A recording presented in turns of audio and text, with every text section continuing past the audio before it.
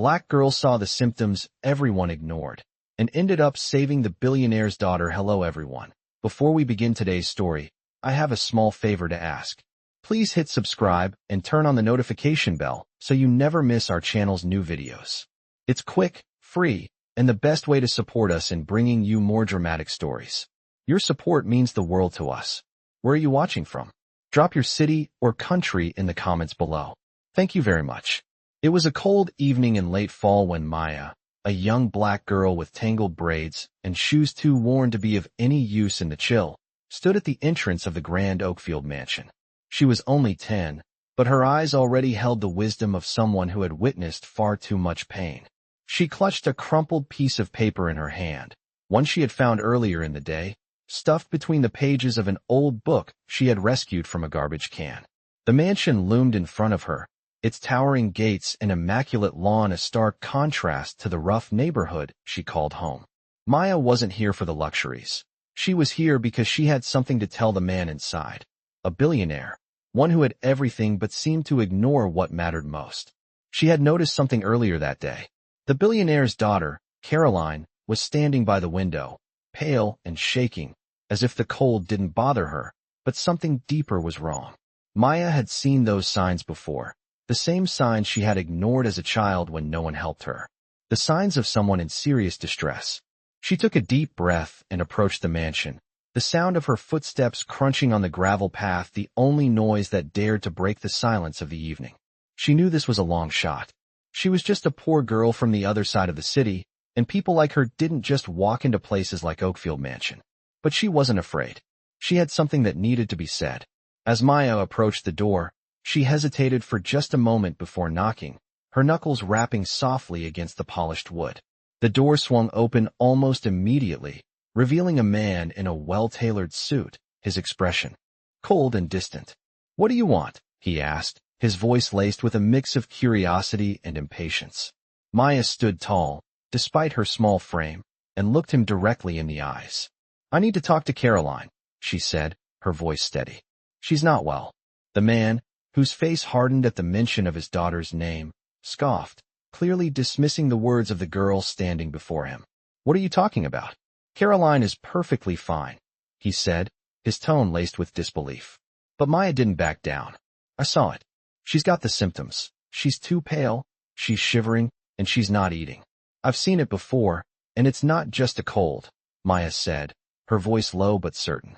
The man hesitated, a flicker of doubt crossing his face, before he shook his head. "What do you know about it? You're just a little girl." Maya didn't respond. She simply turned and walked away, her heart heavy. She had said what needed to be said, and now it was up to them to listen. But as she walked down the path, she heard the door open again. "Wait," the man called out. Maya turned, surprised. "What's your name?" he asked. Maya didn't answer immediately. She had been used to being ignored by people who thought they were above her, but this time was different. She took a step back, looking at him carefully before answering. Maya Johnson." The man, still confused but now visibly concerned, waved for her to come back. "I'll get her checked," he said. "But you can't just show up like this. I'll need to know how you knew about her symptoms." Maya nodded, her eyes never leaving his. "I just know. I've seen it before. Don't let her slip away." I had no idea what was about to happen. Maya's words had struck a chord with the man at the door, though he tried not to show it. For a moment, his face hardened as if to dismiss her as just another child. But then his expression softened into something more uncertain, something she had never seen before. Maya had barely reached the end of the long driveway when she heard the heavy door creak open again. The man's voice rang out. "Wait." She paused, half turning around. "What's your name?" he asked, his voice different now, no longer cold or dismissive. Maya Johnson," she replied, her voice steady but her heart racing.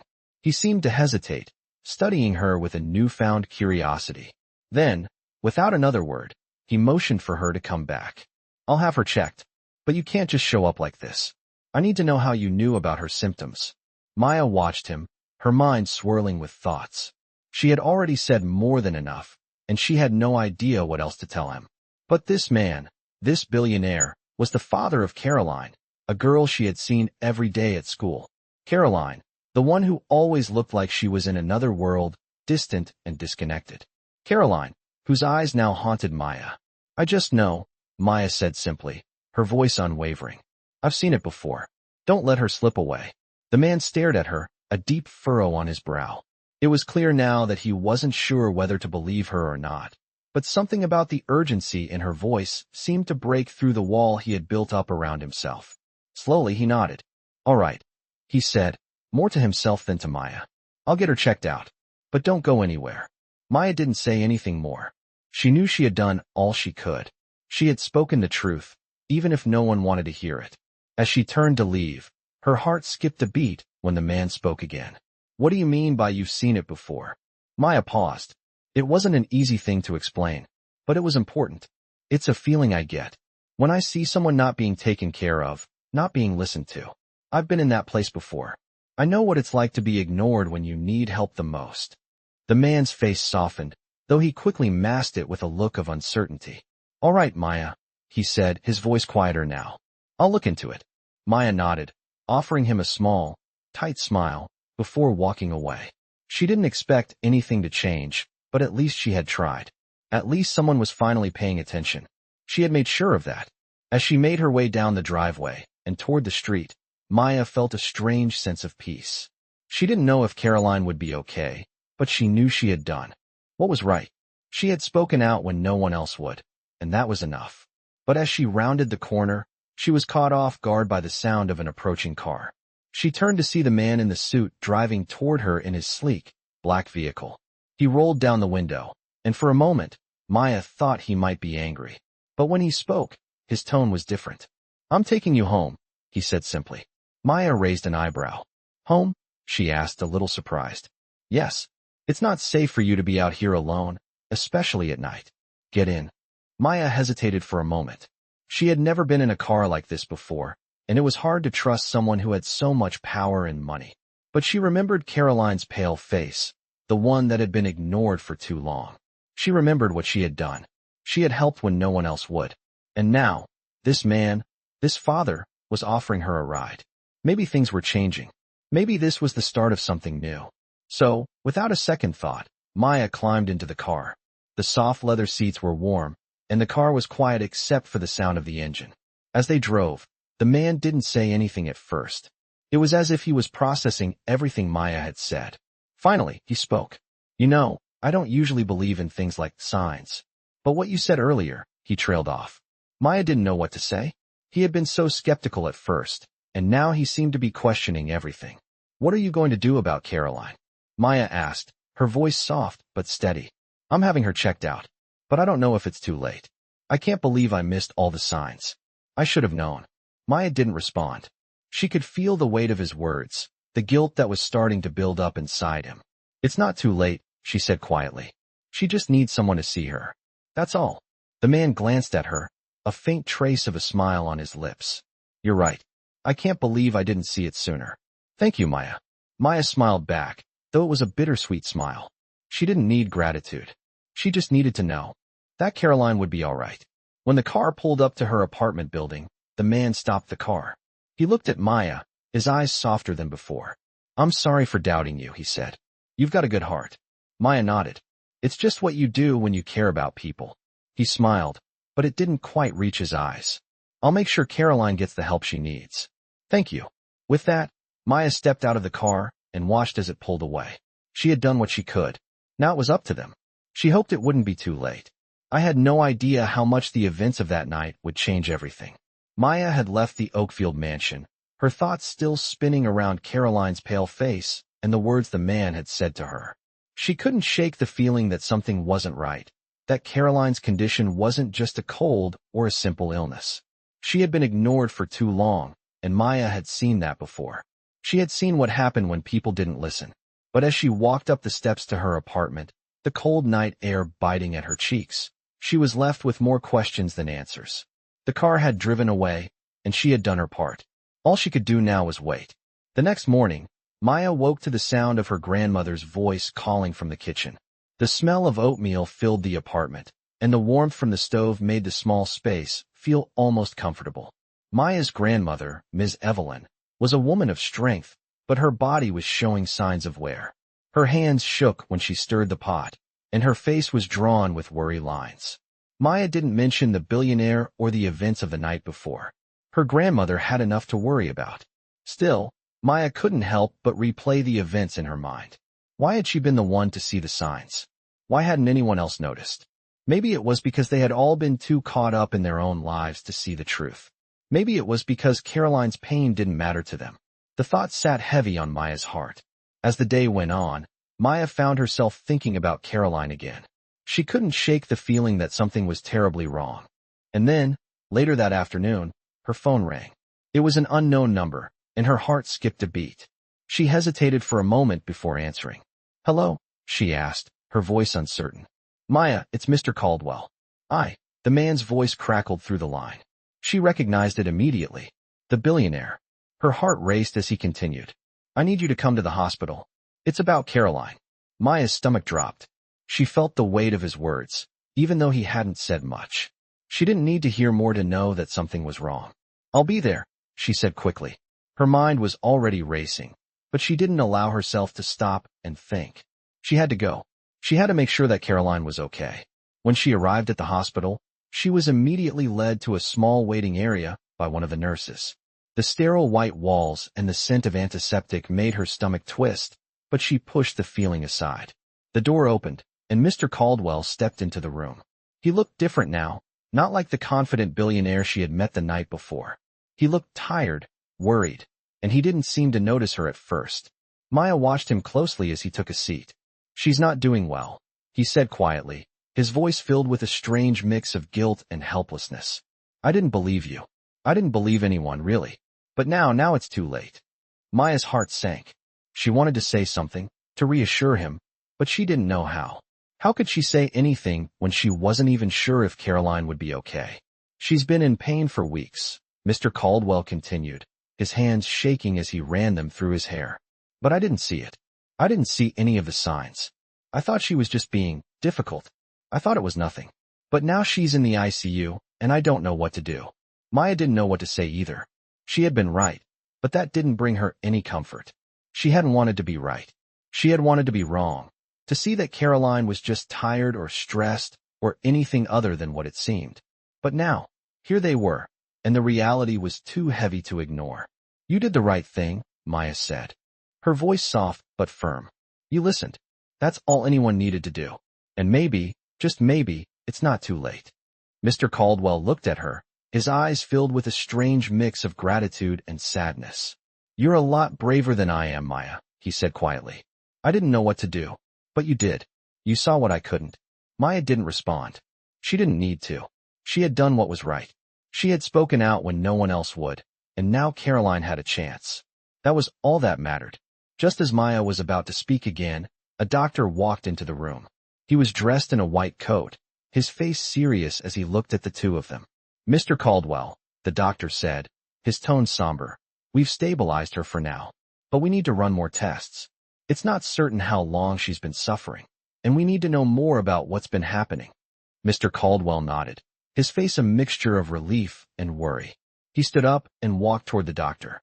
"What should I do?" he asked, his voice almost pleading. The doctor looked at him with understanding. "Right now, just be there for her. That's what she needs most."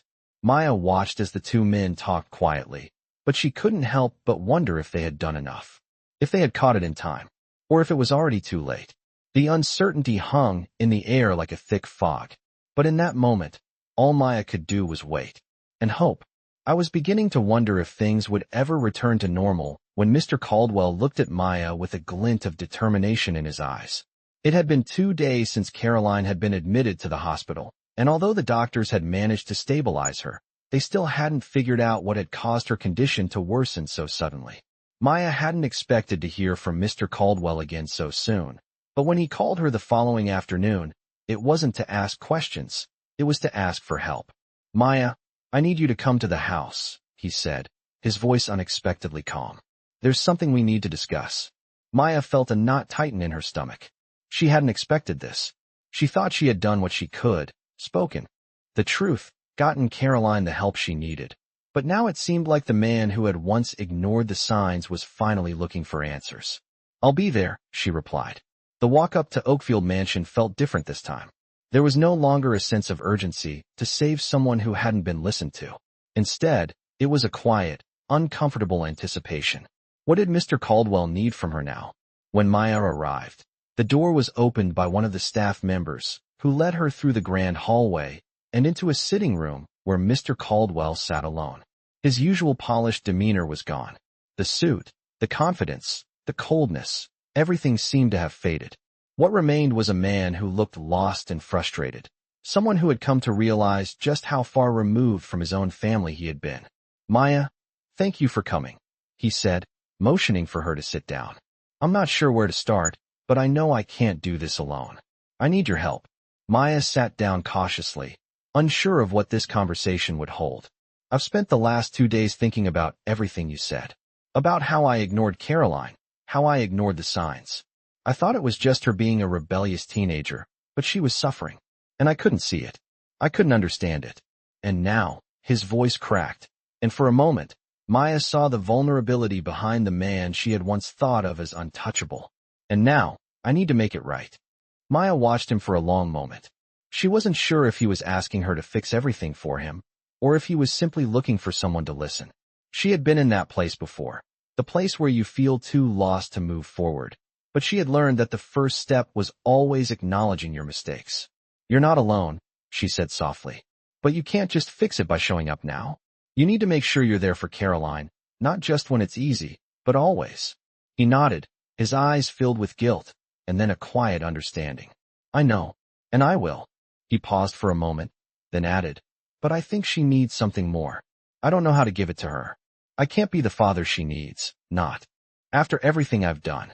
Maya's heart softened. She could see how much he cared, despite the distance he had put between himself and his daughter.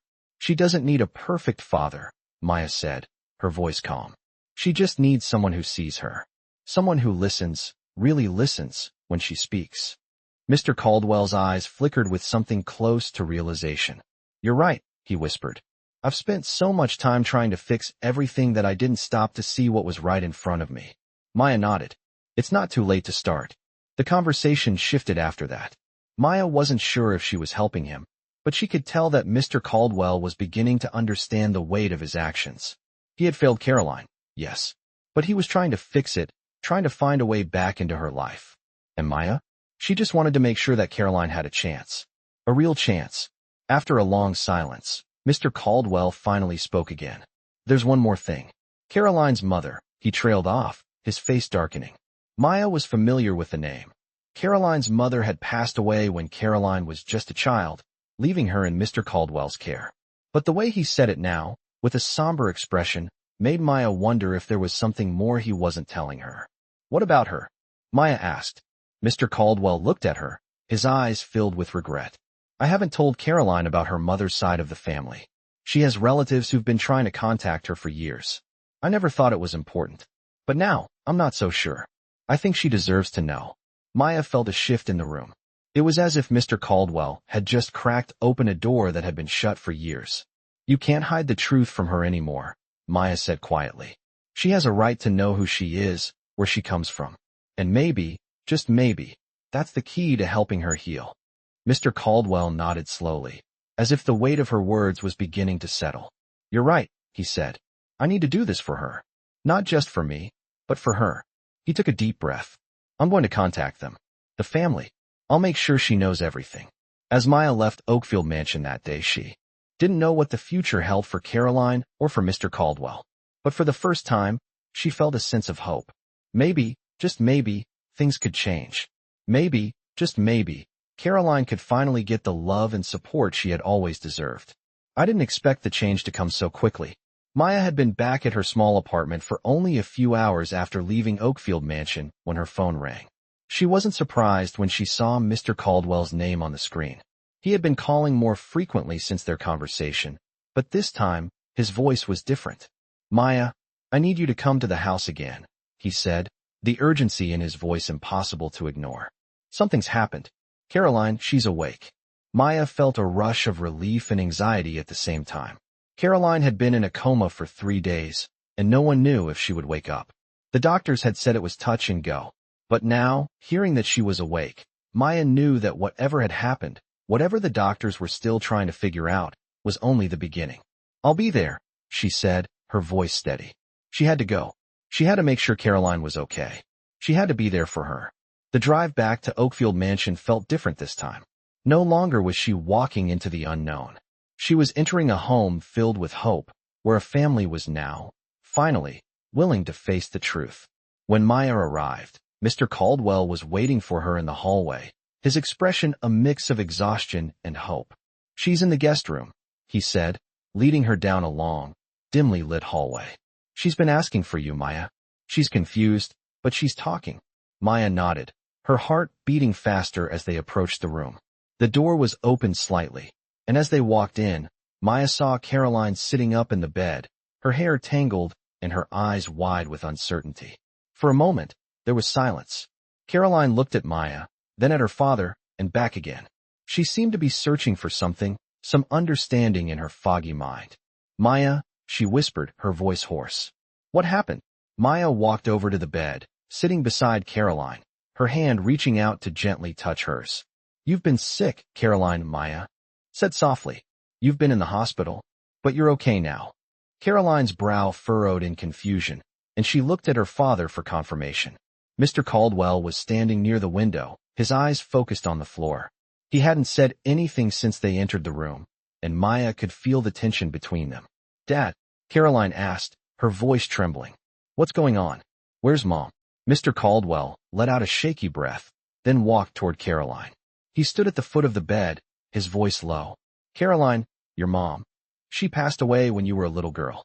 I didn't tell you everything, but now, I think it's time you know." Caroline's eyes widened, her lips parting in surprise.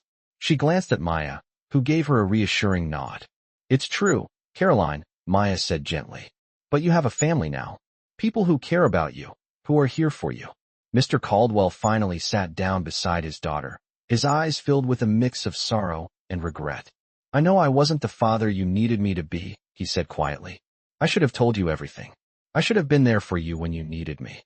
Caroline looked at him, her face softening. She had spent so much of her life angry, confused, and lost. But now, looking at her father, she saw something she hadn't expected: vulnerability. He wasn't perfect. He had made mistakes. But he was here now, trying to make things right. "It's okay, Dad," she said softly, her voice almost a whisper. "I know you didn't know how to fix things. But it's not too late." Maya watched the two of them, feeling a quiet relief settle in her chest. Caroline had found her way back, not just to her father, but to herself. The weight of the past wasn't gone, but it was beginning to lift. They still had a long way to go. They still had so much to work through. But for the first time, Maya felt like they were on the right path. After a long moment of silence, Mr. Caldwell spoke again. "Maya, I need to thank you," he said, his voice full of sincerity.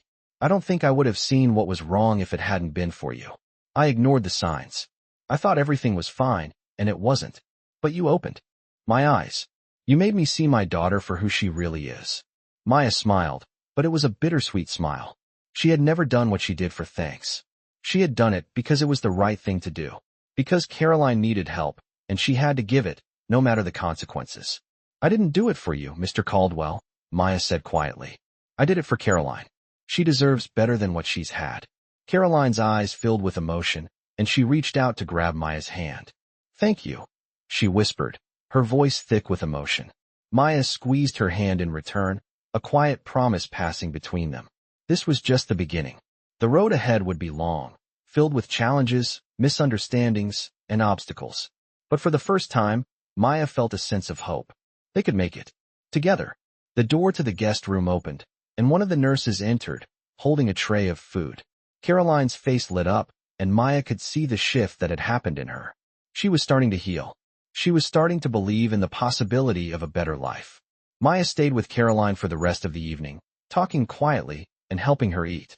And when she finally left the mansion that night, her heart was lighter than it had been in a long time. She had done something that mattered. And for the first time in a long while, she believed that things could change for the better. I never imagined how quickly everything would change. A week had passed since Caroline woke up, and though her recovery was slow, there was a shift, a new energy in the house, a glimmer of hope that hadn't been there before. Maya had stayed in contact with Mr. Caldwell, checking in on Caroline, offering small bits of advice.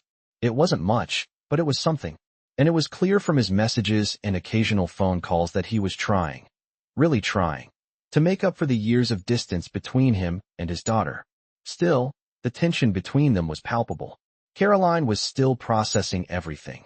The hospital stay, the truth about her mother, and now the sudden reappearance of family she didn't know she had. Maya knew that healing wasn't a straight line. Some days were better than others. But it was progress. As the days went by, Maya started to notice small changes. Caroline was starting to spend more time in the living room, engaging with her father in ways she hadn't before. Mr. Caldwell had taken the advice Maya had given him to heart, spending more time with Caroline, not just as a parent, but as someone who was truly present. They were talking more, and the air in the house felt different, lighter, somehow. But the healing was far from complete. It wasn't just the physical recovery that Caroline needed. It was the emotional distance that had built up over the years. And then there was Maya. She had been a constant presence in Caroline's life in the past week, offering help, being there when needed. But she wasn't sure where she fit into this new family dynamic. She wasn't part of their history, but it felt like she was slowly becoming a part of their future. One evening, Mr. Caldwell asked Maya to come over again. "We've been talking," he said over the phone, his voice calm, but with an edge of concern. "Caroline and we need your help with something. It's about her mother's family. We're trying to track down more information. We think Caroline deserves to know more. And I think you can help us." Maya wasn't sure what he meant by help, but she agreed. As she drove to Oakfield Mansion again, she felt a little nervous. Things had been going well, but there was always that nagging feeling in the back of her mind. Would they continue to open up to her? Would Caroline accept the idea of a larger family, one she didn't even know existed? When Maya arrived, Mr. Caldwell was waiting outside. His expression was serious, but there was something else there, something softer, like he had finally let his guard down. "Come in, Maya. Caroline's waiting for you," he said, motioning toward the house. Maya followed him through the front door, the familiar sound of the grand house echoing as they walked down the hall. Caroline was in the living room, sitting on the couch, her hands resting in her lap. When she saw Maya, she smiled. It was a small smile, but it was real. "Hey," Caroline said, her voice a little hoarse from her recovery. "I'm glad you're here." Maya returned the smile and sat down beside her. "How are you feeling?" she asked. Caroline shrugged but didn't pull away. "Better. I'm still tired, but it's like I'm starting to understand things. It's a lot, but I think I'm ready to know more about my mom's family." Maya nodded. She understood how complicated it all must feel. "What do you need from me?" she asked. Mr. Caldwell, who had been standing by the window, turned around to face them. "We've been going through some of her old things," he said, his voice low but steady. "I found an address, a phone number, but I don't know what to do with it.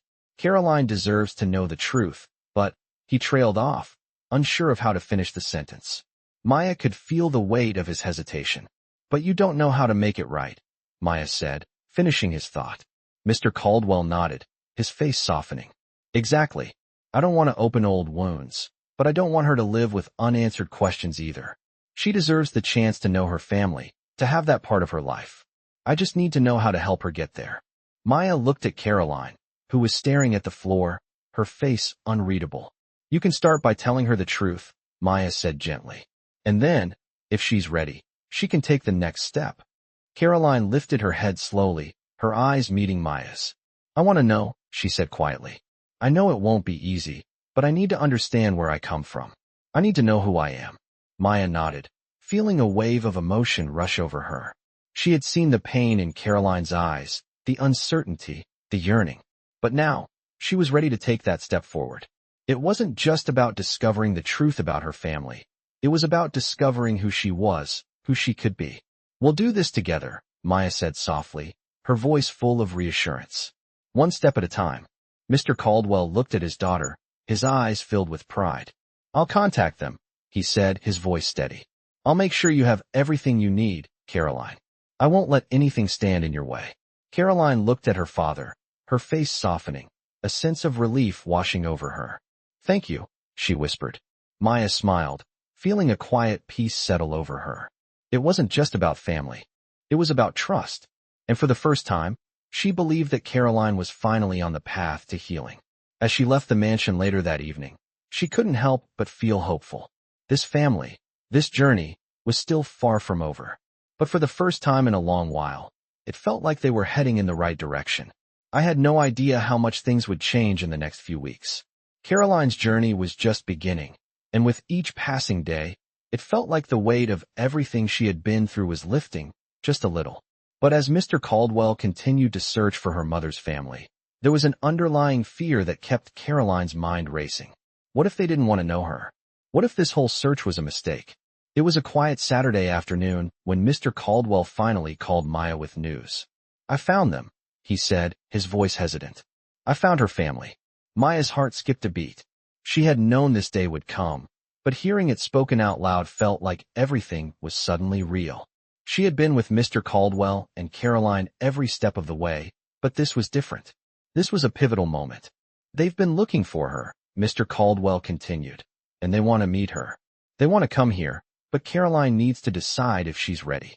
Maya could feel the tension in the air, even through the phone. Caroline had been through so much already, and now, this, meeting strangers, family members who had been out of her life for so long. It was a lot to ask. "I'll be there," Maya said, her voice steady. She needed to be there for Caroline. She didn't know what was going through Caroline's mind, but she knew one thing for sure. This was not something she should go through alone. Maya arrived at Oakfield Mansion that afternoon, her heart heavy with uncertainty. She had seen Caroline struggle before, but this was something else. Caroline was standing by the window, her back to Maya as she stared out at the sprawling grounds. The moment Maya stepped into the room, Caroline turned. Her face was tense, but there was a flicker of something else in her eyes. Fear, excitement, and something like hope. "I don't know if I can do this," Caroline admitted, her voice barely above a whisper. "What if they don't want me? What if they don't care about me?" Maya walked over to Caroline and stood beside her, looking out the window together. "You don't have to have all the answers right now," Maya said softly. "But you have a choice. You can decide if you're ready, if you want to meet them. And you don't have to do it alone. I'm here. Mr. Caldwell's here. You're not going to face this on your own." Caroline looked at Maya, her eyes searching. "Do you think they'll accept me?" she asked, her voice full of vulnerability. Maya nodded. "I think they will. But even if they don't, you have people who care about you. You have a family here." The words felt heavy, but true. Caroline nodded slowly, taking a deep breath as she looked back out the window. "I'll do it. I'll meet them," she said, her voice gaining strength. Maya smiled, relieved. "You're brave, Caroline. I'm proud of you." As the days passed, preparations were made for the meeting. Mr. Caldwell worked hard to ensure that everything was set up, but it was clear to Maya that his own anxiety was growing. He was doing his best to hide it, but she could see it in the way he moved, in the way he spoke. This was more than just about Caroline's family. It was about him, too. He had spent so many years running from the past, from the mistakes he had made, and now he was facing them head-on. When the day of the meeting arrived, Maya could feel the tension in the air. Mr. Caldwell was pacing in the living room, his hands clasped behind his back, while Caroline sat on the couch, her legs pulled up to her chest. She looked anxious, but determined. Maya sat beside her, offering a quiet presence, not saying much. She knew that right now, silence was what Caroline needed the most. The doorbell rang, and Maya's heart skipped. This was it, the moment they had all been waiting for. Mr. Caldwell walked to the door, opening it slowly. A middle-aged woman stood there, her face lined with age, but her eyes soft with warmth. Beside her stood a man, tall and imposing, but with a gentle expression on his face. This was Caroline's family, her mother's family. Maya could see the look of recognition pass between them and Mr. Caldwell. They had seen him before, but now they were meeting his daughter. Caroline stood up, her body tense as she walked toward the door. The room fell silent as everyone waited. And then, slowly, Caroline stepped forward. "Hi," she said quietly, her voice trembling but clear. The woman's face softened immediately. "Caroline," she whispered, her voice breaking. "I'm your aunt. I've been looking for you for so long." The man beside her stepped forward and extended his hand. "I'm your uncle," he said, his voice warm but unsure. Caroline took his hand, her face pale but steady. She was shaking, but she didn't pull away. Maya stood in the back of the room, watching as the scene unfolded. She could feel the emotion in the air, thick and raw. Caroline had stepped into the unknown, and now she was meeting the family she had never known. The next few hours were filled with questions, answers, and a lot of emotion. Caroline learned about her mother's family, about the history she never knew existed. There were tears, laughter, and a lot of shared stories. But most importantly, Caroline finally got the answers she had been searching for. She had been found. Her family had been looking for her, and now she was no longer alone. As the meeting came to an end, Caroline hugged her aunt and uncle, her face soft with emotion. "Thank you," she whispered. "Thank you for finding me." Her aunt smiled and hugged her tighter. "We'll never let you go again, Caroline. You're part of us." Maya watched all of this, her heart swelling with pride. Caroline had done it. She had faced her fears, met her family, and found a new chapter in her life. And Maya had been there to witness it all. As the door closed behind them, Maya stood by the window, looking out at the setting sun. She knew that Caroline's journey wasn't over. There was still healing to be done, still things to work through. But today was a victory. And for the first time, Maya felt that this family, this journey, was on the right path. I never expected things to change so quickly, but the weeks that followed Caroline's reunion with her mother's family brought a new sense of stability to Oakfield Mansion. Mr. Caldwell, though still grappling with his own feelings of guilt, had made great strides in rebuilding his relationship with Caroline. The bond between them was fragile but real, and Maya couldn't help but notice how much they had both changed in such a short time. Yet, as much as things had improved, there was still an unspoken tension lingering in the air. Caroline's family was a big part of her life now, and though she was grateful, the complexity of her emotions wasn't something that could be resolved so easily. The mansion, once so quiet and cold, now had the sound of laughter and the warmth of family dinners. But there was still something missing, something more, something deeper that Caroline had yet to find. One evening, after dinner, Mr. Caldwell called Maya into the study. She had been spending a lot of time with Caroline lately, helping her navigate the complexities of reuniting with her extended family. But tonight, it was just her and him. "Maya," Mr. Caldwell said, his voice steady but with a trace of something unspoken.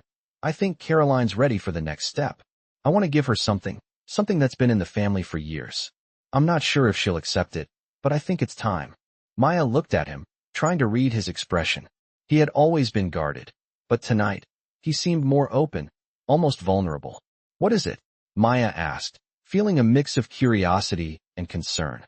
Mr. Caldwell reached into a drawer and pulled out an old, worn leather-bound book.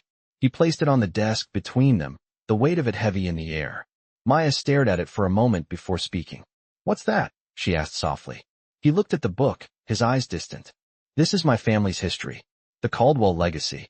My father left it for me, and I've kept it locked away, hidden from everyone, including Caroline. But I think she needs to know who she is, what her family has been through. It's time for her to see it, to understand it." Maya could feel the weight of his words. She had known that Mr. Caldwell had a complicated past, but this was something deeper, something that had been kept hidden. "You think she'll be ready for this?" Maya asked, her voice cautious. "I don't know," he admitted, running a hand through his hair. "But it's part of who we are, and if she's ever going to heal completely, she needs to understand the whole story." Maya sat quietly for a moment, the gravity of the situation sinking in. This wasn't just about Caroline reconnecting with family. It was about uncovering a legacy that had been buried for years. "I think she'll appreciate it," Maya said finally. "But it has to come from you. She needs to hear it from you, not from me or anyone else. It's your story to tell." Mr. Caldwell nodded, his eyes full of gratitude. "Thank you, Maya. I don't know what I would have done without you." Maya stood up, feeling a sense of purpose rising in her chest. "You're welcome. Just make sure you're ready to handle it. It's not going to be easy." Mr. Caldwell looked at the book one last time, then placed it back into the drawer. "I will be. I just hope she's ready to hear it." The next day, Maya could tell that something had shifted. The tension was still there, but there was a sense of anticipation in the air. Caroline had been spending more time with her family, especially with her aunt and uncle, who had come to stay at the mansion for the week. Maya noticed that Caroline was quieter than usual, lost in her thoughts. She knew that Caroline was processing everything. Her new family, the truth about her mother's side, and now, the revelation of her father's past. It was a lot for anyone to handle, let alone a young girl who had spent so many years feeling abandoned. As the day went on, Mr. Caldwell came to Maya with a decision. "I'm going to tell her tonight," he said, his voice firm. "I've thought about it, and I think it's time." Maya nodded, a feeling of quiet understanding passing between them. "I'll be here," she said. That evening, after dinner, Mr. Caldwell sat down with Caroline in the living room. Maya, as promised, sat quietly off to the side, watching from a distance. The moment was heavy, but there was something almost peaceful about it. Caroline sat on the couch, her knees pulled up to her chest, looking uncertain. Mr. Caldwell sat beside her, taking a deep breath before speaking. "Caroline," he began, his voice soft but steady. "I've been keeping something from you. Something about our family's history." Caroline looked at him, her eyes full of questions. "What do you mean?" she asked, her voice trembling slightly. Mr. Caldwell opened the drawer, taking out the book that he had shown Maya. He placed it in Caroline's lap. "This is the Caldwell legacy. The history of our family. Your mother's side, too. Everything I've kept hidden from you. It's time for you to know the truth." Caroline stared at the book, her fingers brushing the cover. She opened it slowly, her breath catching in her throat as she began to read. The room was silent, save for the sound of the pages turning. As Caroline read, her face shifted, first with confusion, then with a mix of realization and understanding. She looked up at her father, her eyes wide. "Why didn't you tell me this before?" she asked, her voice shaky. Mr. Caldwell sighed, his expression filled with regret. "I thought I was protecting you, Caroline. I thought you didn't need to know. But I was wrong. You deserve to know the truth." Caroline looked down at the pages, her fingers tracing the words. "I didn't know any of this. I didn't know where I came from, who I really was. I didn't know I had so much history. Now you do," Mr. Caldwell said softly. "And you're part of that history. You always have been." Caroline looked up at him, her face softening. "I don't know if I can process all of this," she said quietly. "But I'm glad I know. I'm glad you finally told me." Mr. Caldwell reached out, placing his hand on hers. "You don't have to process it all right now. Just know that I'm here for you. We're here for you. You're not alone in this." Caroline nodded slowly, a small but meaningful smile crossing her face. It was a smile that said everything was changing. It was a smile that said they were finally on the same page. And for the first time in a long time, Caroline felt like she belonged. She had the answers she needed, the understanding she had been searching for. And for the first time, she truly felt like a part of this family. The healing was just beginning. But in that moment, Caroline knew she had a future, one filled with love, history, and the possibility of something better. I could feel the weight of the moment pressing down on all of us. For the first time, Caroline seemed to breathe easier, a softness in her eyes that had been missing for so long. She had learned so much about her mother's side of the family, about her father's past, and about herself. But healing wasn't something that happened overnight. Caroline was still struggling with the aftermath of the truth, still coming to terms with the family she had just found and the legacy she now carried. The next few weeks were filled with quiet changes. Caroline was spending more time with her aunt and uncle, visiting places her mother had once loved. There were dinners, small conversations about family history, and lots of moments of reflection. But despite the progress, the past still lingered like a shadow over her. One afternoon, after a long day of talking with her aunt, Caroline came home looking exhausted. She wasn't physically tired. She had the energy of someone who had faced something much deeper. It was the emotional weight that had started to settle into her bones, a weight that came with knowing the truth, a weight that came with facing the reality of what she had missed. "Maya," Caroline said softly, as she found Maya sitting in the living room. "Can we talk?" Maya stood and walked over to her, sensing the seriousness in her tone. "Of course," she replied, gently guiding Caroline to the couch. Caroline sat down, her hands trembling slightly. "I don't know if I can do this," she admitted, her voice cracking. "I don't know if I can move past all of this. The truth, the history, it's too much sometimes." Maya sat beside her, offering her silent support. "It's okay to feel that way," Maya said quietly. "You've been through a lot. You've found a family you didn't know existed. You've learned things about your mom and your dad, and now you're trying to make sense of it all. That's a lot for anyone." Caroline nodded, tears brimming in her eyes. I want to be okay, she whispered. I want to be happy, but it's like there's this hole inside of me. A hole I didn't know was there until now. I don't know if I can fill it. Maya reached out and placed her hand over Caroline's. You don't have to fill it all at once. It's a journey, Caroline. You don't have to be perfect, and you don't have to have everything figured out. The only thing you have to do is take it one day at a time. Caroline wiped her eyes and smiled weakly. One day at a time, she repeated, as if testing the words in her mouth. I don't know if I can ever fully forgive my dad, she said, her voice barely above a whisper. Not for everything he did, for all the time he missed. But I can't keep holding on to that anger. It's not helping me. It's not helping anyone. Maya squeezed her hand, proud of how far Caroline had come. You're already doing better than you think, Maya said softly. Letting go of that anger doesn't mean you forget. It just means you're choosing to move forward, to create your own path. And that's something only you can do. Caroline nodded, a new sense of determination settling over her face. I want to try, she said, her voice more confident now.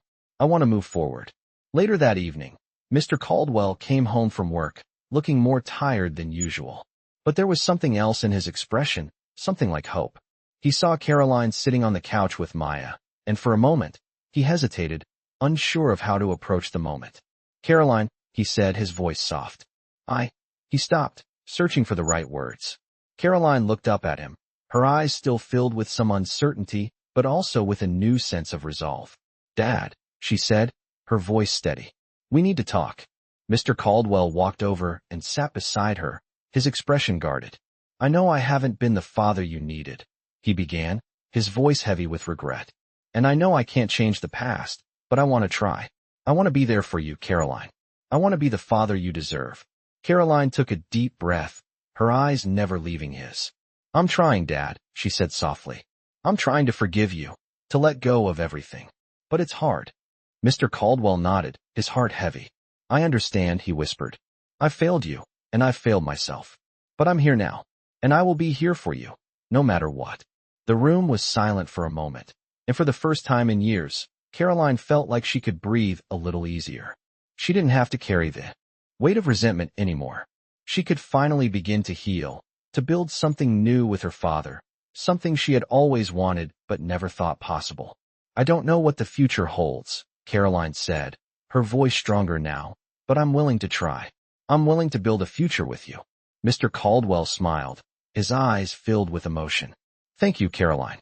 Thank you for giving me that chance. As the evening wore on, Maya quietly excused herself, leaving the two of them alone in the living room. She watched from the doorway for a moment, her heart swelling with pride. Caroline had done it. She had opened the door to healing, to forgiveness, and to a future she had once thought impossible.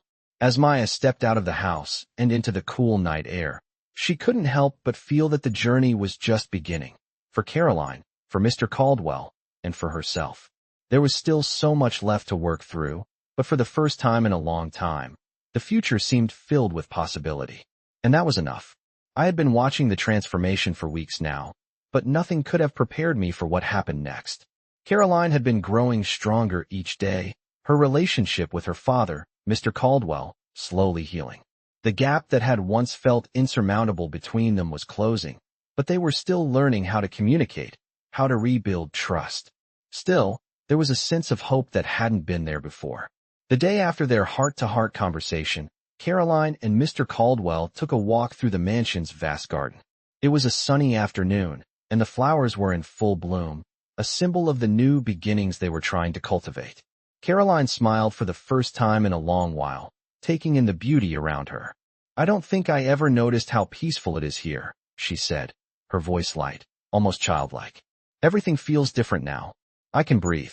Mr. Caldwell nodded, his eyes following her every move, as if trying to grasp the depth of the changes happening before him. I never thought I'd see this day, he said quietly. You're finally here with me. We're finally starting over.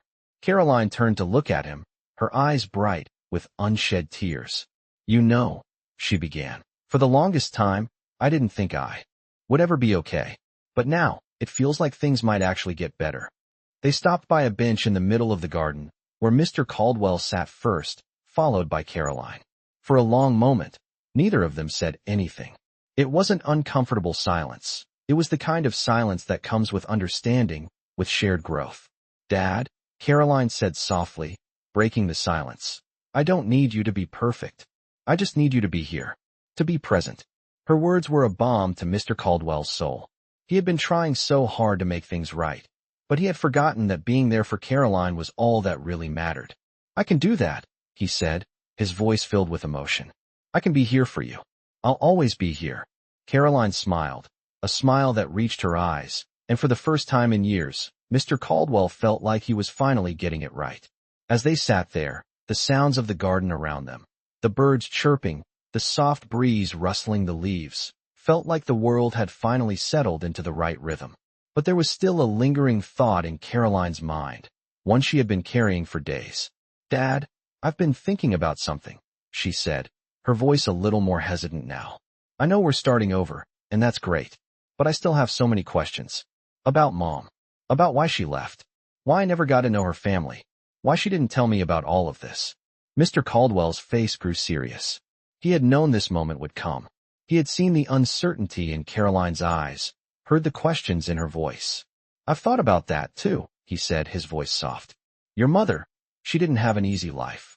She kept a lot of things to herself, things I didn't even know about until after she passed. But she loved you, Caroline. She always loved you." Caroline nodded slowly, but the sadness still lingered in her eyes. I know she loved me, but I still don't understand why it had to be this way. Why I had to go through so much without her." Mr. Caldwell reached out, placing his hand on hers. "I don't have all the answers. I wish I could take away the hurt, make things easier. But I can't change the past. All I can do is help you move forward. We can find answers together, Caroline. Whatever questions you have, we'll face them together." Caroline squeezed his hand, a sense of relief washing over her. For the first time, she felt like her father truly understood. The past couldn't be undone, but they could face the future together, and that was enough. Later that evening, as the sun began to set, Caroline stood by the window in her room, looking out at the horizon. She had come a long way from the angry, confused girl she once was. The road ahead wasn't going to be easy, but it didn't seem so impossible anymore. She had her father back, and she had her family. And slowly, she was starting to accept that the healing process was just as much about her as it was about them. As she stood there, deep in thought, there was a knock on the door. Maya poked her head in, a small smile on her face. "Hey, you okay?" she asked.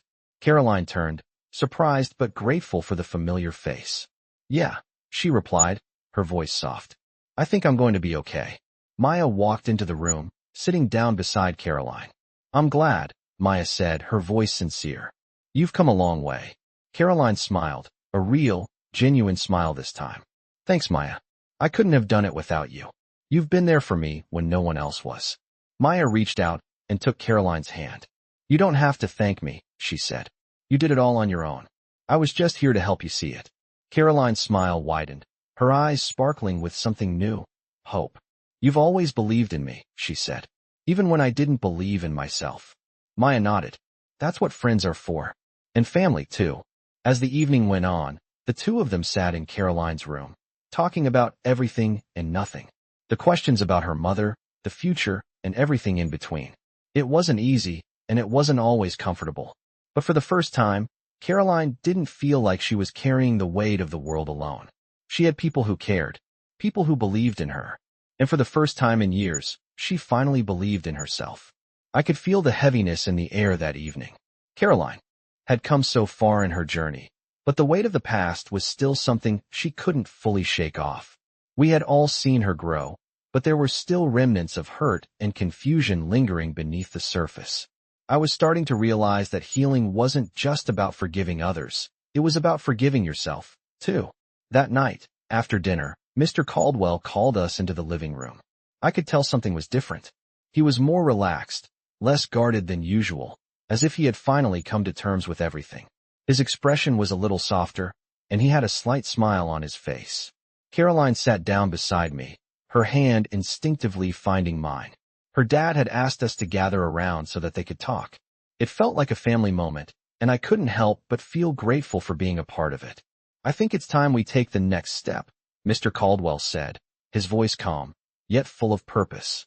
Caroline's gaze met his, her eyes filled with both uncertainty and curiosity. "What do you mean?" she asked quietly. Mr. Caldwell took a deep breath, sitting back in his chair. "I've been thinking about everything, about what you've been through, and about how we move forward as a family. I want to do something for you, Caroline. Something that matters. I think you're ready for it now." He paused, as if the weight of his words was sinking in. "I want to take you to your mother's grave." The room fell silent. Caroline froze, her eyes widening in surprise, and for a moment, I wasn't sure how to react. I had seen the pain in her eyes when she had talked about her mother, but this was a big step, an emotional one. Caroline's grip tightened on my hand, and I squeezed it back, offering her the support she needed in that moment. Mr. Caldwell spoke again, his voice gentle. "I know it's a lot to ask, but you need closure, Caroline. You need to say goodbye to her, if you can. I can't imagine how much it must hurt to have so many questions left unanswered, but I think this might be the final step in helping you heal." Caroline didn't say anything right away.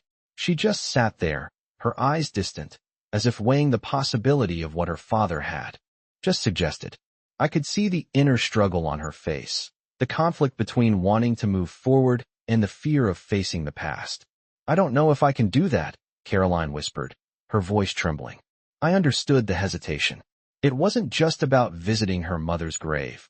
It was about confronting the absence, the years of unanswered questions, and the deep well of grief that Caroline had carried with her for so long. But I also knew that she had come a long way, and that confronting the past was the only way to truly move forward. "You don't have to do it alone," I said, squeezing her hand. "You've got us. We'll be there with you, every step of the way. You don't have to face this by yourself." Caroline looked at me, her eyes filling with tears. For the first time in weeks, I saw the raw emotion on her face. "What if I'm not ready?" she asked, her voice barely above a whisper. "What if it's too much for me?" Mr. Caldwell leaned forward, his eyes filled with compassion. "You don't have to do it all at once, Caroline. We can take it slow. I just want you to know that it's okay to feel whatever you're feeling. But when you're ready, we'll go together. We'll do this as a family." Caroline was quiet for a long time. Her gaze was fixed on the floor, her thoughts clearly weighing heavily on her mind. I knew she wasn't just processing the idea of visiting her mother's grave. She was processing everything she had learned, everything she had been through, and everything she was trying to understand. "I'll go," she said finally, her voice low but steady. "I think I'm ready. But I don't know if I can do this without feeling broken again." Mr. Caldwell reached out, his hand gently resting on hers. "You're not broken, Caroline," he said softly. "You're stronger than you think. And you've got a family now. You're not alone in this." There was a long pause as Caroline processed his words. She took a deep breath, nodding slowly. "Okay," she said. "I'm ready." The next day, we made our way to the cemetery. The drive was quiet, but not uncomfortable. Caroline sat beside me, her eyes fixed on the road ahead, her thoughts clearly elsewhere. Mr. Caldwell drove with a determined expression, but there was a softness in his gaze as he occasionally glanced at Caroline. When we arrived, the cemetery was peaceful. The air was cool, and the sky was overcast, as if nature itself was holding its breath in anticipation. We made our way to the gravesite, and Caroline stopped in front of the stone. It was a simple marker, her mother's name engraved on it, the years of her birth and death listed beneath it. There was no grand monument, no elaborate decoration, just a quiet reminder of the woman who had brought Caroline into the world. Caroline stood still for a long time, her eyes fixed on the stone. I could see the tears welling up in her eyes, but she didn't move. She didn't speak. She just stood there, taking it all in, letting the silence wash over her. Finally, she spoke. "I don't know what I was expecting," she said softly. "But this doesn't feel like the end. It feels like the beginning." Mr. Caldwell stepped beside her, placing a hand on her shoulder. "It is the beginning," he said gently. "You're starting to find your place in the world, and you're not alone in it." Caroline turned to him, her eyes filled with emotion. "Thank you, Dad," she whispered. "Thank you for being here, for being my dad." It was a quiet moment, but it felt like everything had shifted. The past wasn't erased, but it was no longer a weight holding them back. It was a part of the journey, a journey that had led them to this moment of healing, of closure, and of new beginnings. I never imagined how much things would change in such a short time, but as Caroline stood there by her mother's grave, The weight of the past seemed to lift just a little. It wasn't easy. It never was. But for the first time, she wasn't running from the truth. She wasn't hiding from the questions that had haunted her for years. And for the first time in a long while, she could breathe a little easier. The days following that quiet moment at the cemetery were filled with the echoes of what Caroline had finally faced. She had closed a chapter, but there was still so much left to process. The questions about her mom, the loss, the longing, and the years of feeling abandoned still hung heavy in her heart, but they didn't feel quite as suffocating anymore. Mr. Caldwell, for all his struggles, had become the steady presence she needed. His earlier promises to be there, to make up for lost time, weren't just words anymore. They were actions. They spent time together, not in grand gestures, but in small moments. Simple dinners, quiet afternoons in the garden, and long walks where no one rushed to fix anything. They were learning to be a family again, slowly, but surely. But even with the progress, there were still moments when Caroline would slip into silence. When the weight of everything, the history, the grief, the newfound family, would pull her under, even if just for a little while. One afternoon, after a particularly difficult conversation with her aunt, Caroline came back to the house looking worn. Her face was pale, and her eyes held that faraway look I had seen so many times before. She walked past me without a word, heading straight for the stairs. I hesitated for a moment, but I knew I couldn't let her retreat into herself again. I followed her up to her room and knocked gently on the door.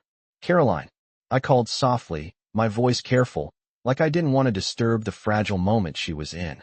She didn't answer immediately, but after a long moment, I heard a faint "come in." I pushed the door open slowly, finding her sitting by the window, staring out at the garden. Her shoulders were hunched, as if she was carrying a weight too heavy for someone her age. "Hey," I said softly, sitting down beside her. She didn't look at me right away, but after a long pause, she finally spoke. "I don't know how to deal with this," she said, her voice thick with emotion. "With all of it. I feel like I'm supposed to be happy now, that everything is supposed to be fine because I have my family, and I have Dad. But it doesn't feel that way. It feels like I'm still missing something." I sat there quietly for a moment, thinking about how far Caroline had come. The journey was never going to be easy. Healing, after all, was not linear. It took time, and sometimes, it took stepping back to take 2 steps forward. "It's okay to feel that way," I said, my voice gentle. "Healing isn't about feeling better all the time. It's about acknowledging the pain and learning to live with it. You don't have to pretend everything is fine just because people expect you to." Caroline's eyes met mine, and for the first time, I saw a flicker of something. Hope, maybe, or the first inkling of acceptance. "I just don't want to disappoint anyone," she whispered. "I don't want to disappoint Dad. He's trying so hard." I understood what she meant. Her father had been trying to fix everything for so long. He had spent years building walls to protect himself from the pain of losing his wife and from failing as a father. But now, with Caroline, he was tearing those walls down, brick by brick. He wanted to make things right, but it wasn't easy. It wasn't easy for any of them. "You're not disappointing anyone," I said softly. "You're allowed to have bad days. You're allowed to feel lost sometimes. But you don't have to carry that weight alone anymore." Caroline nodded slowly, her eyes shining with unshed tears. "I just want to feel whole again," she whispered. "I want to feel like I can move on, but I don't know how." I took her hand, giving it a reassuring squeeze. "You will. It's just going to take time. And you don't have to do it alone. You have people who care about you. You have a dad who is trying, even if it's hard for him, and you have me. You're not alone, Caroline." Caroline looked at me, her eyes filled with gratitude. "Thank you," she said quietly. "I don't know what I'd do without you." I smiled, brushing a strand of hair from her face. "You don't have to thank me. I'm always going to be here for you. You're like family to me." That night, Caroline finally opened up to her dad. They sat together in the living room, talking about everything. The loss, the healing, the difficult moments they had both been through. Mr. Caldwell listened, truly listened, without trying to fix things or offer solutions. He let Caroline express the pain she had been holding inside for so long. It was the first real conversation they had had in years. When it was over, Mr. Caldwell pulled Caroline into a tight hug. "I'm proud of you," he said softly. "I know I haven't always been the father you needed. But I'm here now. I'm not going anywhere. We're going to get through this together." Caroline nodded, her tears falling freely now. She finally felt like she could cry without fear of being judged or misunderstood. She had been carrying so much for so long, and now she could finally let it out. And that was the beginning of her true healing. The road ahead wasn't going to be easy. There would still be days of struggle and pain. But Caroline wasn't alone anymore. She had a father who cared, a friend who supported her, and a family who wanted to help her rebuild. That night, when I left the Caldwell mansion, I couldn't help but feel a sense of peace wash over me. I had witnessed something incredible. The strength of a family coming together, the courage of a young girl choosing to heal, and the love that could overcome even the darkest of pasts. And for the first time in a long time, I truly believed that the future held something better for Caroline. I hadn't seen it coming. In the days following Caroline's emotional breakthrough with her father, things had been quieter, almost too quiet. The air around Oakfield Mansion had softened, but something felt off. Caroline was still processing everything, her past and her new life, but now there was a threat that had surfaced from the shadows of their recovery, a past that neither Caroline nor Mr. Caldwell had anticipated. It came in the form of a letter, one that arrived on a particularly stormy afternoon. The kind of day that makes you want to stay indoors, the rain tapping against the windows as if trying to drown out everything else. The letter was unexpected, delivered by hand with no return address. When Mr. Caldwell opened it, his face immediately hardened. Caroline was in the other room, still recovering from a long afternoon of going through old family photos with her aunt, but she sensed the shift. The way her father's body had stiffened, the way his eyes scanned the letter, Caroline knew something was wrong. "Dad?" she asked, walking into the room. Mr. Caldwell didn't look up at first, but when he did, there was a storm in his eyes. "It's from your mother's side of the family," he said quietly, his voice tight. "They've decided to take legal action." Caroline's stomach churned. She hadn't expected this. "What do you mean?" she asked, her voice barely above a whisper. Mr. Caldwell let out a deep breath. "They want to take you away. They're claiming that I wasn't fit to raise you, that I've kept you from them all these years." The words hit Caroline like a punch to the gut. "But they don't even know me," she said, her voice rising. "They never cared enough to be in my life. And now they want to take me away?" Her father stood up quickly, his hands shaking as he folded the letter. "I won't let them," he said fiercely. "I don't care what they say or what they do. You're my daughter, and no one is taking you away from me." But Caroline could see the fear in his eyes. She knew that her father had spent years building walls around his emotions, burying himself in work and trying to distance himself from the past. Now, it seemed like that past was catching up with them, ready to rip apart the fragile life they had begun to build together. Caroline felt a flood of emotions. Betrayal, anger, confusion. She had spent so much time wishing for answers about her family, about her mother, about her past. But this was something else entirely. This was not the kind of reunion she had imagined. "Dad, what if they win?" she asked quietly, the fear creeping into her voice. "What if they really take me away?" Mr. Caldwell's expression softened, his protective instinct kicking in. "I won't let them. You're not going anywhere." But Caroline could see the worry in his eyes. "You don't have to do this alone," she said, walking over to him. "We'll figure it out. We'll fight this together." She reached out and took his hand, offering him the same support he had offered her all this time. In the days that followed, Mr. Caldwell and Caroline met with lawyers, trying to understand their options and what the legal fight would look like. The battle wasn't just about custody. It was about proving that Caroline had a place in their family, that her life with Mr. Caldwell was where she belonged. But the legal system wasn't as simple as it seemed. Caroline's biological family had money, resources, and a claim to her that Mr. Caldwell couldn't easily dismiss. But he was determined to fight. And Caroline, though, afraid, was ready to stand beside him. The days turned into weeks, and the tension continued to mount. It wasn't just the legal battle that was eating at Caroline. It was the emotional toll that came with it. She couldn't escape the nagging question, what if they took her away? What would her life look like then? And could she survive it? One afternoon, after another grueling meeting with the lawyers, Caroline sat in the garden, her thoughts as heavy as the overcast sky above. Maya found her there, sitting on the edge of the stone bench, staring out at the flowers that were still blooming despite the rain. "Hey," Maya said softly, sitting down beside her. Caroline didn't look up. "It's all falling apart," she whispered, her voice barely audible. My whole life. Everything I've worked so hard for. What if they win? Maya took a deep breath, gathering the right words. You've been through so much, Caroline. And you've made it through. You have a family now. Your dad's not going to let them take you. And you're not going to give up on him, on yourself. Caroline turned to look at Maya, her eyes full of doubt. But what if I'm not strong enough? What if I lose? Maya took her hand gently. You've already won, Caroline. You've found your way back to the people who care about you. You've shown your dad how much he means to you. You've proven you're stronger than you think. This fight, it's just one more thing you're going to overcome. Caroline looked down at their joined hands, then up at Maya. For the first time in a long while, a flicker of hope appeared in her eyes. You really think I can do this? Maya smiled. I know you can. The next day, the legal proceedings began. Mr. Caldwell and Caroline entered the courtroom, side by side, ready to face the family who had once abandoned her. The room was filled with tension, but Caroline knew that no matter what happened, she wasn't alone anymore. As the judge called the case, Caroline felt her heart race. This wasn't just about custody, it was about her life, her right to choose who she wanted to be with.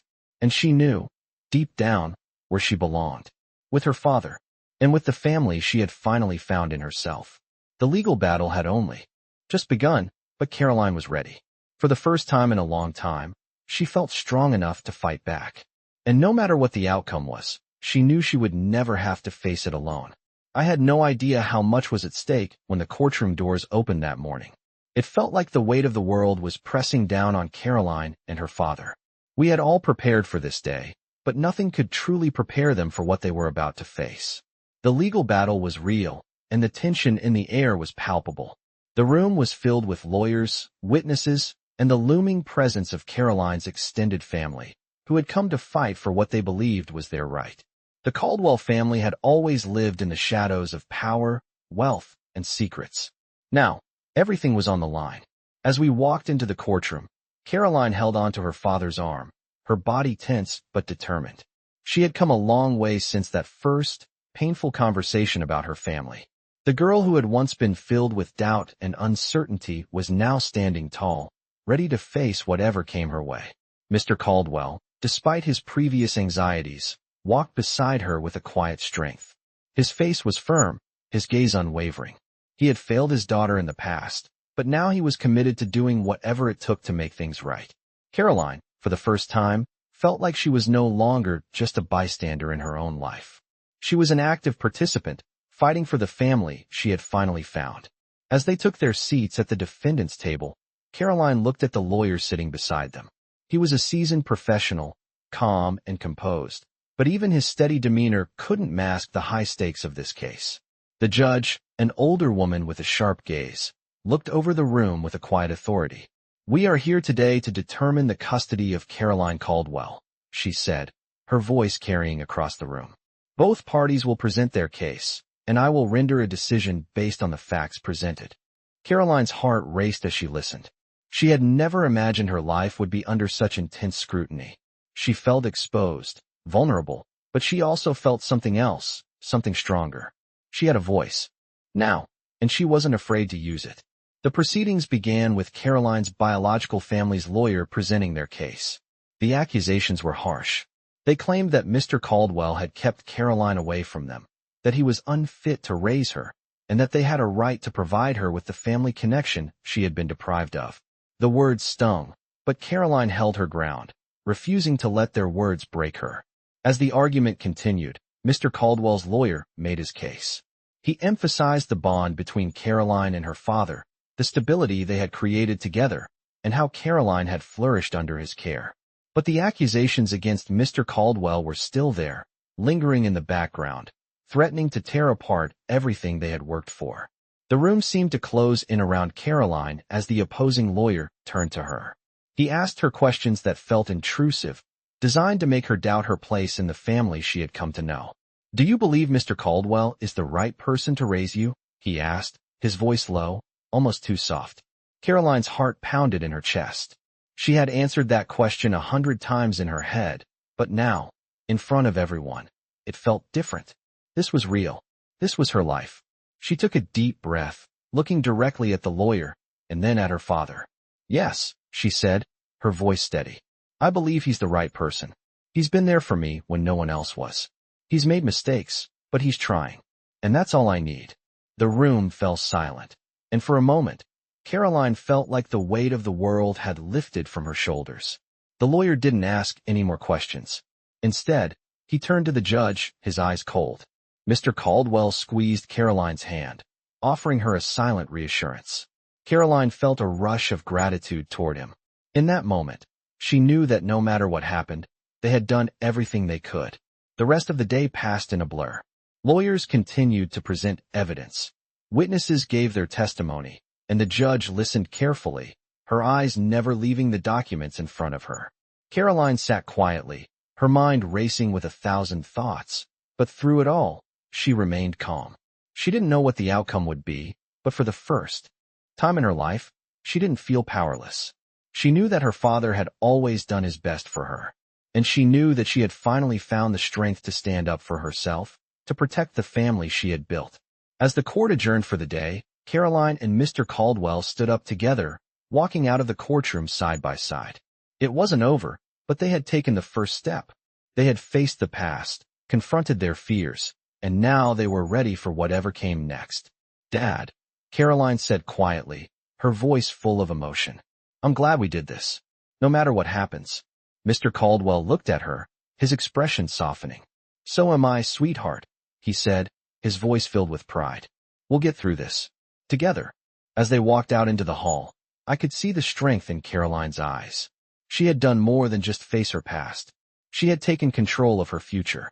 No matter the decision the court made, Caroline was no longer the frightened, uncertain girl she had been when she first came to Oakfield Mansion. She had found her voice, and that was something no one could take away from her. The days that followed the court hearing were a blur of uncertainty. The legal battle had taken its toll on everyone, but it was far from over. As the court's decision loomed over them like a dark cloud, Caroline and Mr. Caldwell tried to keep their focus on the present, on the small victories they had already achieved. But the weight of the future was always in the back of their minds. It was another week before the decision finally came. The air was thick with tension as Caroline, Mr. Caldwell, and I sat in the living room, waiting for the phone call. The clock ticked louder than it should have, each second feeling like an eternity. Caroline was nervously bouncing her knee, her fingers fidgeting with the hem of her sleeve. Mr. Caldwell stood by the window, his back turned to us, trying to keep his composure. I could see the strain in his posture, the way his hands clenched into fists, as if holding on to something that might slip away. It'll be okay, I said softly, trying to offer reassurance. Caroline looked up at me, her eyes filled with doubt. What if they don't let me stay with Dad? She whispered, her voice fragile. What if I have to go back to the family I don't even know? Her words hung in the air, and for a moment, I didn't know how to answer. I had seen Caroline grow so much, learn to forgive, learn to fight for herself. But this was different. This was the moment when everything would change. Mr. Caldwell turned, his face a mask of exhaustion. We've done everything we could, he said quietly, his voice hoarse. We fought for you, Caroline. No one is going to take you away from me. I nodded, though I wasn't sure I could say the same thing. The legal system was unpredictable, and the fight wasn't over yet. Just then, the phone rang. The sound echoed in the quiet room, and we all froze. Mr. Caldwell's hand trembled slightly as he reached for the receiver, his eyes locked onto Caroline, who was holding her breath. Hello. Mr. Caldwell's voice was steady but soft. Yes, we're here. His gaze never left Caroline as the words from the other side of the line filtered through the room. Caroline stood up, her body tense, her eyes wide with anticipation. The silence in the room was unbearable. I understand, Mr. Caldwell said finally, his voice quieter now. We'll be there. He hung up the phone, and for a moment, no one spoke. Caroline was looking at her father, her face a mixture of hope and fear. What did they say? She asked, her voice barely a whisper. Mr. Caldwell took a deep breath before answering. The judge has made her decision. He paused, his eyes flickering with emotion. You're staying with me, Caroline. A wave of relief washed over her. She collapsed onto the couch, her shoulders shaking as she let out a breath she hadn't realized she'd been holding. I could see the tears welling up in her eyes, the fear, the exhaustion, and the overwhelming sense of gratitude all coming together. She turned to her father, her voice trembling. "Dad, I'm really staying." Mr. Caldwell nodded, his own eyes filled with unshed tears. "Yes, sweetheart, you're staying with me."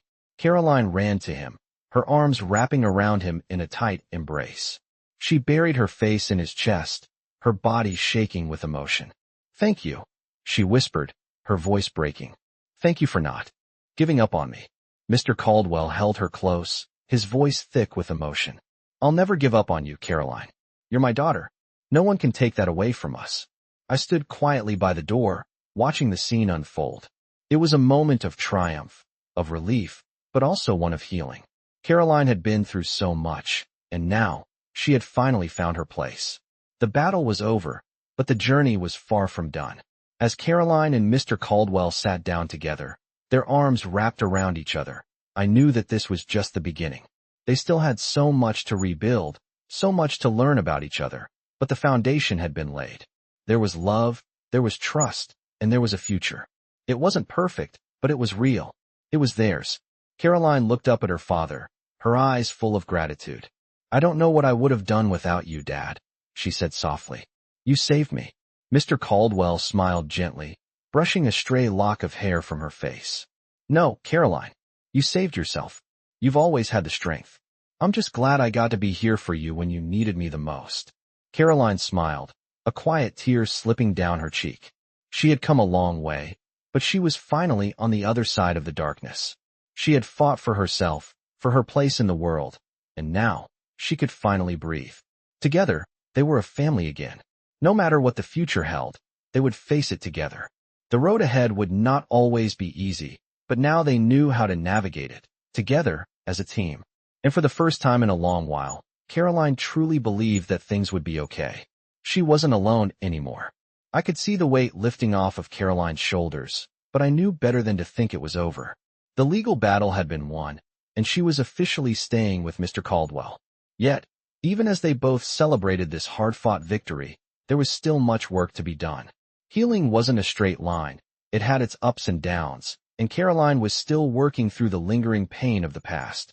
But now, she wasn't alone. For the first time, she truly understood the importance of family, of being able to rely on those who cared for you. And for Mr. Caldwell, the relief of having his daughter by his side again was palpable. He no longer felt the crushing weight of isolation. He had been given a second chance, a chance to be the father he always wanted to be. They were beginning to rebuild, piece by piece. In the weeks that followed, Caroline and her father began to spend more time together. No longer were their interactions fraught with silence or emotional distance. They talked, really talked, about their hopes, fears, and dreams. They went on small outings together, simple trips to the park, dinners at their favorite restaurant, and even weekend hikes through the nearby woods. These moments, though ordinary, were transforming their relationship. Caroline had often kept to herself, retreating into the corners of her mind. But now, she was opening up, little by little. It wasn't just about the big, defining moments. It was about the small, everyday interactions that brought them closer. One evening, after a quiet dinner at home, Caroline sat with Mr. Caldwell in the living room. It had become their new tradition to spend time together at night, talking or watching movies, simply enjoying each other's company. "Dad, do you ever think about Mom?" Caroline asked, her voice barely above a whisper. The question was innocent but loaded. For so long, she had been angry, confused, and unsure of her mother's absence. But now, there was a shift in her perspective. She wasn't angry anymore, not like she used to be. She wanted to understand, not just the circumstances of her mother's life, but her own feelings about her mother. Mr. Caldwell looked over at her, his expression thoughtful. "I think about her all the time," he said quietly. "But it's different now. I'm not carrying the anger anymore. I have you, Caroline, and I have the chance to be the kind of father I should have been. And that's what I focus on now." Caroline nodded slowly, her gaze distant. "I don't know if I'll ever understand why things turned out the way they did," she admitted. "But I do know that I don't want to carry the anger anymore. I don't want to feel like something's missing all the time." Mr. Caldwell reached over, placing a hand gently on hers. "You don't have to carry it anymore, Caroline. You're not alone. And you don't have to try to understand everything all at once. It'll come when you're ready." And in the meantime, I'll be here. Caroline smiled, the first real smile that reached her eyes in a long time. Thanks, Dad, she said, her voice filled with warmth. I think I'm finally starting to understand. The journey of healing was never going to be a quick fix. There were still moments when Caroline would retreat into herself, when the weight of the past would feel too heavy to bear. But it was in those moments that her father stepped in, offering the steady presence she had always needed. It wasn't about fixing everything all at once. It was about building a foundation, brick by brick, so that they could stand strong together. One Saturday afternoon, about a month after the court case was settled, Mr. Caldwell suggested they visit a local park. The sun was shining, the sky clear, and the weather was perfect for a walk. Caroline agreed, and as they strolled through the park, Mr. Caldwell took a deep breath, feeling the warmth of the day and the promise of a fresh start. Caroline, walking beside him, was quieter than usual, but there was a certain peace in her steps that hadn't been there before. It's nice, isn't it? Mr. Caldwell said, glancing at the scenery around them. All of this, being here with you. I've missed so much, but I'm grateful for every moment we have now. Caroline nodded, her gaze fixed on the path ahead. I know, she said softly. I'm glad we're here, too. They walked in comfortable silence for a few minutes, and then Caroline spoke again. Do you think Mom would have been proud of me? She asked, her voice tentative. The question took Mr. Caldwell by surprise. It wasn't something he had expected, but he understood why she asked it. Caroline had been struggling with the absence of her mother for so long, and now, with so many answers on the table, she was finally starting to process it all. Mr. Caldwell smiled gently, his voice full of love. I think your mom would have been proud of the woman you're becoming, he said softly. She would have wanted you to be happy, to be whole, and I see that in you every day. Caroline's face softened, and for the first time in a long while, her expression held no trace of doubt. Thanks, Dad, she said, her voice full of gratitude. I think I'm starting to feel like I can be proud of myself, too. The words hung in the air between them, a small but significant victory. Caroline had been carrying so much for so long, but now, for the first time, she could see the possibility of a future where she wasn't weighed down by the past. It wasn't about forgetting. It was about learning to move forward. And for the first time, Caroline truly believed that the future was something she could build, one step at a time. They continued walking through the park, their steps in sync, the bond between them growing stronger with each passing day. The road ahead was still uncertain, but it was theirs to travel together, with love, understanding, and hope for the future. I could feel the weight of the world lifting a little more each day as Caroline and Mr. Caldwell continued their journey together. It had been a few weeks since their walk in the park, and I had witnessed them grow even closer, each day strengthening the bond that had once felt so fragile. Their relationship wasn't perfect, but it was real, and it was healing. As the days passed, I noticed something different in Caroline's eyes. The uncertainty was still there, but there was a spark in her that had been missing for so long. She was no longer looking over her shoulder at the past, wondering if she would ever be good enough or if she would ever be able to forgive herself for the things she had been through. Now, she was starting to look forward, and with every step, it felt like she was building a future she could be proud of. One afternoon, while Mr. Caldwell was at work, Caroline invited me over to the mansion. She had been spending a lot of time working on her school projects and reconnecting with her family, but she seemed eager to talk. I could sense the excitement in her voice when she called. Come over, Maya. I need to show you something, she said, her voice bubbling with a mix of nerves and anticipation. I arrived a few hours later, and when I walked through the front door, I was greeted by a quiet sense of calm in the house. The usual tension was gone. Caroline was sitting at the dining room table, her books scattered in front of her, but she wasn't studying. She was drawing, something she hadn't done in years. I could see the concentration on her face, the way her fingers moved carefully over the paper as if each line was a reflection of the growth she had been through. Hey, I said softly, sitting down beside her. She looked up, a smile tugging at the corner of her lips. Hey, she replied, her eyes lighting up.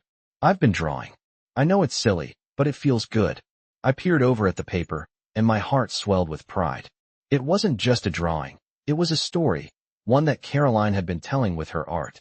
A family, the sun setting behind a peaceful landscape, a house in the distance, a a sense of hope radiating from the paper. It was a vision of her future. It's not silly at all, I said, my voice filled with warmth. It's beautiful. What made you start drawing again? Caroline paused for a moment, her eyes drifting over the lines she had just sketched. I think I've always wanted to, she said quietly. But I was afraid to. Afraid that it wouldn't be good enough. But now, it feels like I can do anything. Her voice was steady, and for the first time, I heard confidence in her words. It was the same confidence I had seen in her when she had stood up in court, when she had faced her past, when she had learned to forgive. Caroline had changed, and she was starting to see herself for who she truly was. You've come a long way, Caroline, I said, my heart full. I'm really proud of you. She smiled, her eyes shining. Thanks, Maya. I've got a long way to go, but I think I'm finally on the right path. As the afternoon turned to evening, Caroline and I sat and talked about everything. The things she had learned, the family she had found, and the future she was now building. She still had fears and uncertainties, but she had come to realize that those feelings didn't define her. They were just a part of her story, one that she was ready to share and embrace. When Mr. Caldwell returned home that evening, I could see the change in him as well. He wasn't the man I had met when Caroline first arrived at Oakfield Mansion, distant and overwhelmed by guilt. Now, he was a father who knew what it meant to be present.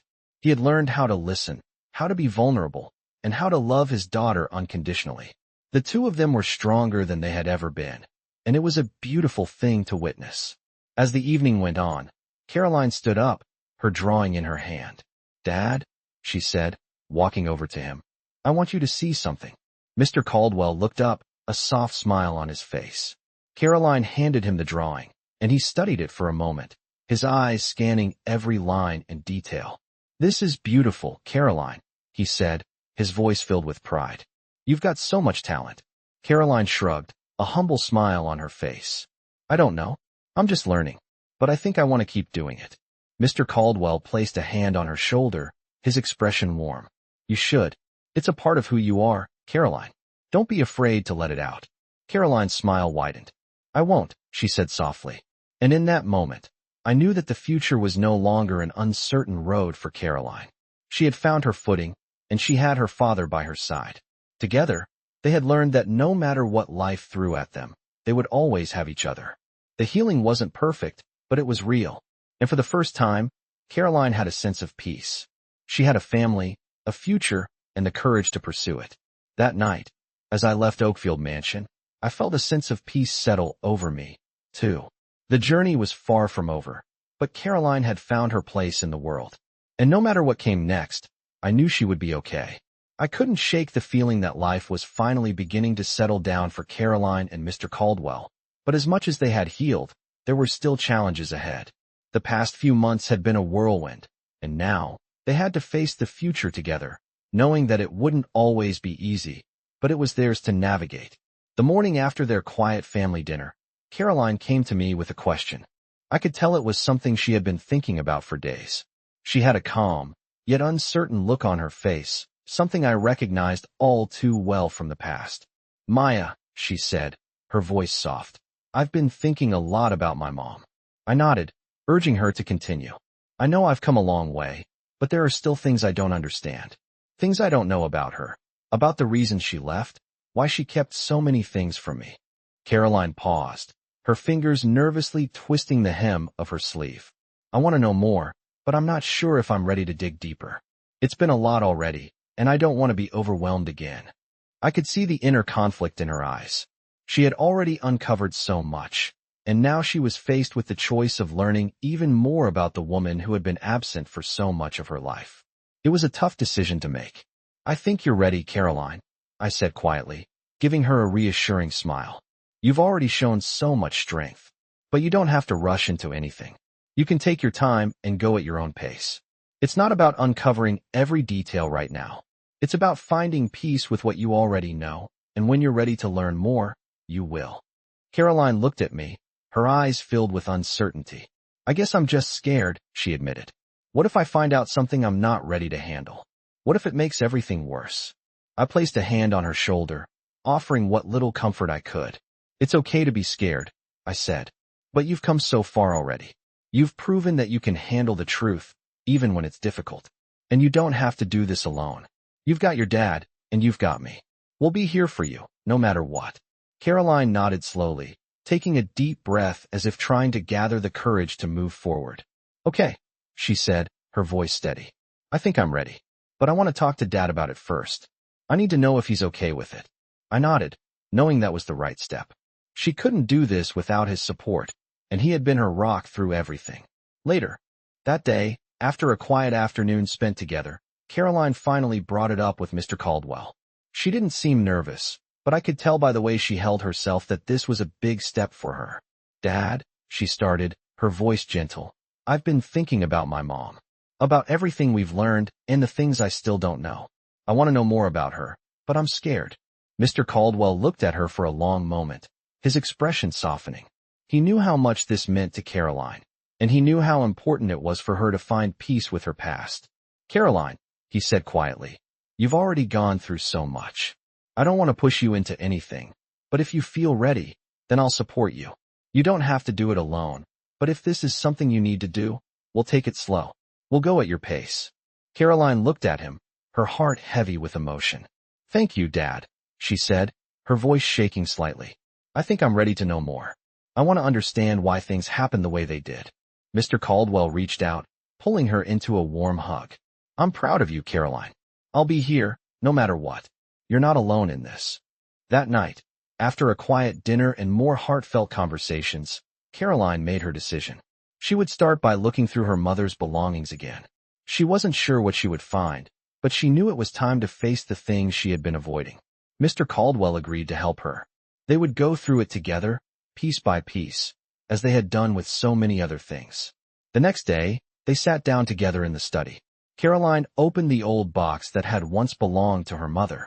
Inside, there were photographs, letters, and a few personal items, things Caroline had never seen before. She carefully picked up a picture of her mother when she was younger, a smile on her face that Caroline had never known. For a long time, Caroline sat in silence, taking it all in. The letters, the memories, everything was a piece of the puzzle she had been trying to put together. She didn't rush through it. She let herself feel everything, the anger, the sadness, and the relief. But she also felt something new, something that hadn't been there before. She felt a sense of understanding. After a while, Mr. Caldwell sat beside her, watching her closely. He didn't interrupt, didn't try to fix anything. He just let Caroline process, as she needed to. Finally, Caroline looked up at him, her eyes filled with tears. Dad, she said softly, I understand now. I don't know if I'll ever fully understand everything, but I don't need to. I just needed to know the truth. Mr. Caldwell smiled softly, brushing a tear from her cheek. You're so strong, Caroline. I'm so proud of you. It was a small victory, but a victory nonetheless. Caroline had taken another step toward healing. She wasn't fully healed, and there were still questions left unanswered, but she was learning to carry the past with her without letting it control her. She had her family, her father, her aunt and uncle, and she had herself. And that was enough for now. The road ahead would still have its challenges, but Caroline had learned that she didn't have to face them alone. She had people who cared about her, people who would support her every step of the way. And with that knowledge, she knew she could face whatever came next. I could sense the change in the air even before the phone call came. Caroline had made tremendous strides in the past few months, and so had her relationship with her father. But there was still something missing. She was ready to find her place, not just in her family, but in the world. It wasn't just about healing the old wounds or facing the past anymore. Now, it was about carving out a future for herself, a future that was hers to build. And while Mr. Caldwell had been there for her every step of the way, offering support, love, and unwavering loyalty, Caroline knew she needed to find her own way. It was one Sunday afternoon when Caroline decided to take the next step. She had been quiet for days, and though her father didn't ask, he could tell something was on her mind. He had seen her wrestling with her thoughts, trying to understand how to move forward after all that had happened. It was the weight of her past that still clung to her, her mother's absence, the years of feeling lost, and the struggle to find herself in a world that had been uncertain for so long. As they sat in the living room that afternoon, Caroline finally spoke up. "Dad," she said, her voice hesitant, "I think it's time I figure out what I want to do next. I can't keep waiting for things to feel right, or for everything to fall into place. I need to take control of my future. Mr. Caldwell looked at her with understanding. He had seen this coming. He knew that the healing process for Caroline wasn't just about facing the past or adjusting to her new life. It was about finding the confidence to shape her own destiny. "You've already come so far, Caroline," he said, his voice full of pride. "I think you're more ready than you realize." Caroline smiled, but it was a bittersweet smile. "I don't know what I'm supposed to do now," she said. "I feel like I have so many possibilities, but I also feel scared. I don't want to mess up." "You won't mess up," Mr. Caldwell reassured her. "You've already proven that you're strong enough to face anything. And you don't have to have everything figured out all at once." Caroline nodded slowly, her eyes filled with determination. "I think I need to start by doing something for myself," she said. "I want to go back to school, but I don't know if I'm ready. I've been so focused on the past, I haven't thought about what I want to do with my future." Mr. Caldwell smiled warmly at her. "I think that's a great idea. You've always been a fighter, Caroline. And whatever you choose, I know you'll succeed." With that, Caroline made the decision. She would apply to schools, start planning her future, and take control of her own destiny.